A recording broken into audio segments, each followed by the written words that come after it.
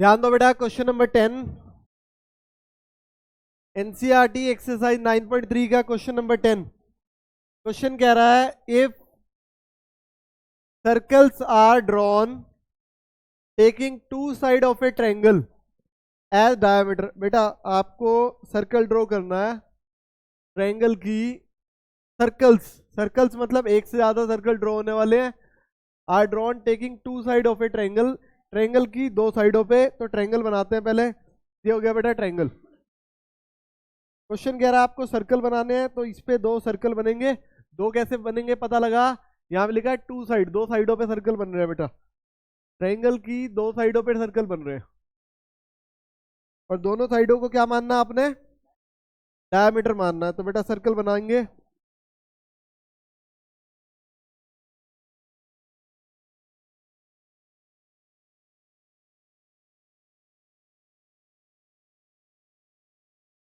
ये हो गया पहला सर्कल।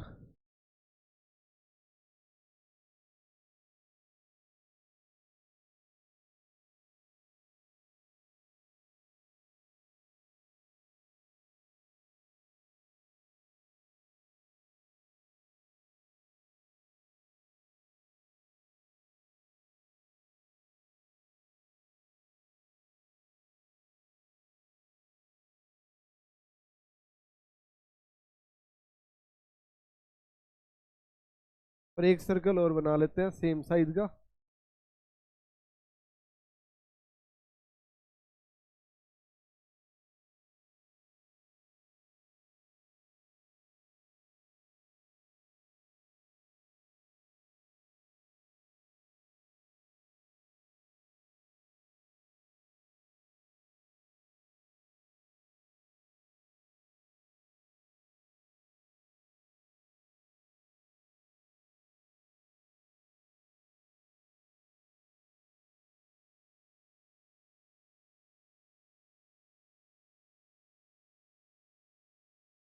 ये बन गया बेटा दो सर्कल।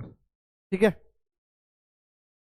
क्वेश्चन क्या कह रहा है, prove that the point of intersection. Question कह रहा है prove that the point of intersection of these circle lie on the third side.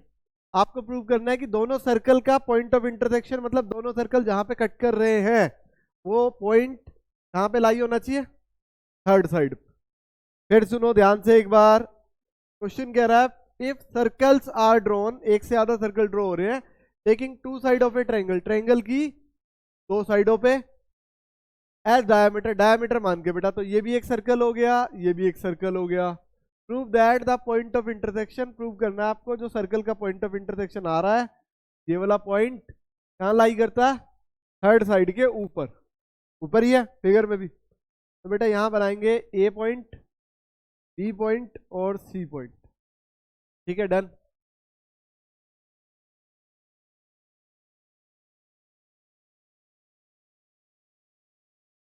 और बेटा इसको इससे ज्वाइन कर दो और यहाँ पे पॉइंट नाम दे दो डी पॉइंट। फिगर बना लो पहले आप लोग। पहले एक ट्रायंगल बनेगा, फिर ट्रायंगल की एक साइड को डायमीटर मानेंगे, एक सर्कल ड्रॉ करेंगे, फिर दूसरी साइड से सर्कल ड्रॉ करेंगे और सर्कल ड्रॉ करने के बाद आपको एडी लाइन को ज्वाइन करना है। बेटा हो सकता है नोटबुक में आपकी फिगर सही ना बने, तो फिगर बनाने के लिए आपको कैसे ध्यान देना है, पहले आप ऐसे बना लो जैसे मैं बना रहा हूँ। ट्रायंगल बन गया, ट्रायंगल। ट्रायंगल बनाने के बाद आपको पता है एक पॉइंट ये लेना है, एक पॉइंट ये लेना है और बिल्कुल ट्रायंगल के बीच में एक पॉइंट लगा लो।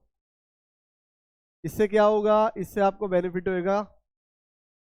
आपको जो प्रूव करना है वो ये करना है कि सर्कल का अगर आप ये डायमीटर मानते हो तो एक सर्कल ये बनेगा, एक सर्कल यहां से ये बनेगा।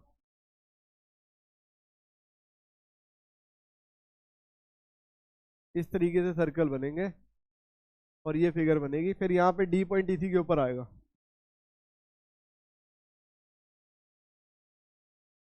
अगर आप यहां से पहले ही सर्कल को यहां से पास करोगे,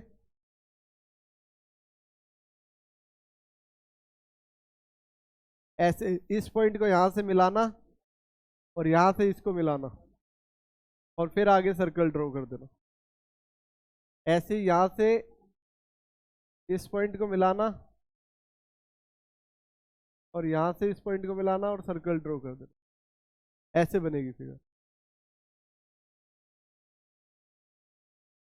चलो फिगर बनने के बाद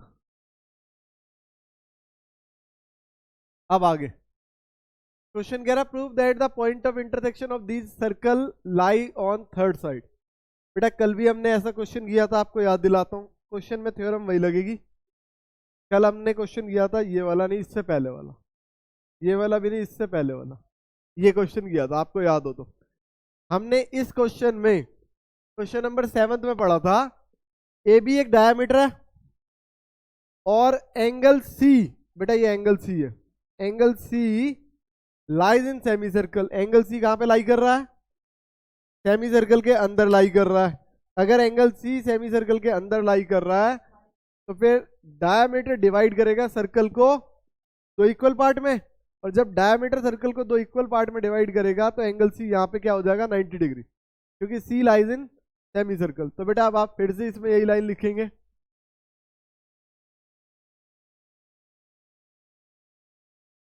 पहले लिखो A B is a diameter, A B is a diameter, उसके बाद लिखना since diameter divides the circle into semi circle, since पहले ये लाइन आएगी A B is a diameter, फिर ये वाली लाइन आएगी since diameter divides the circle into semi circle, और उसके बाद लिखना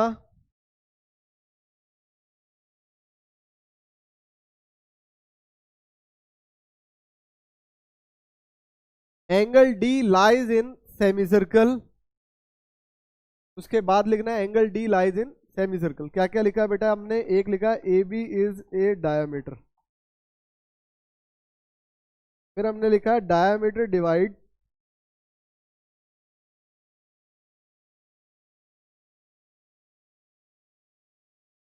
diameter divides circle into semi circle,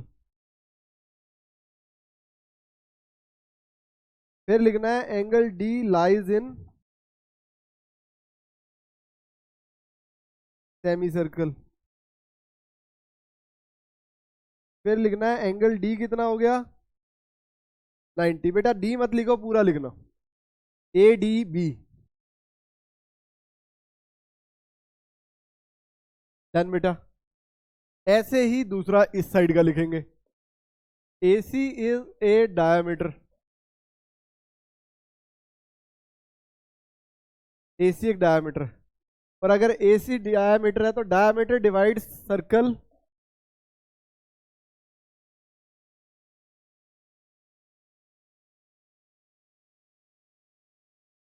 into semi circle, diameter divide circle into semi circle.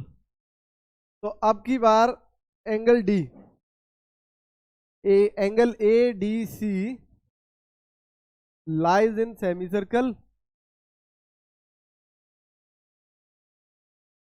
तो इसका मतलब एंगल ए डी सी कितना हो गया बेटा? 90। अगर एंगल ए डी सी 90 हो गया, अब समझने वाली बात क्या है, ए डी बी कितना था बेटा?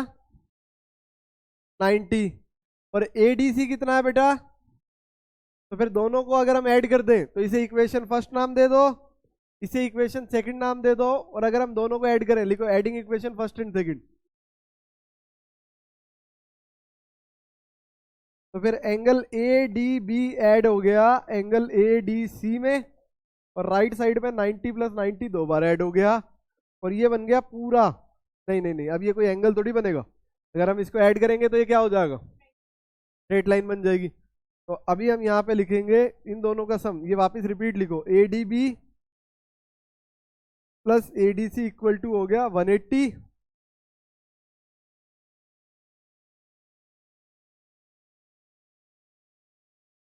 ठीक है। फिर लिखो बी डी सी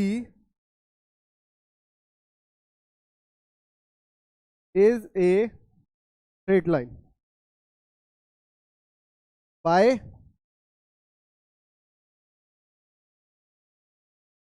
linear pair। लीनियर पेयर की वजह से बेटा, लीनियर पेयर का यूज किया हमने, दोनों का सम अगर 180 है तो एक स्ट्रेट लाइन होगी।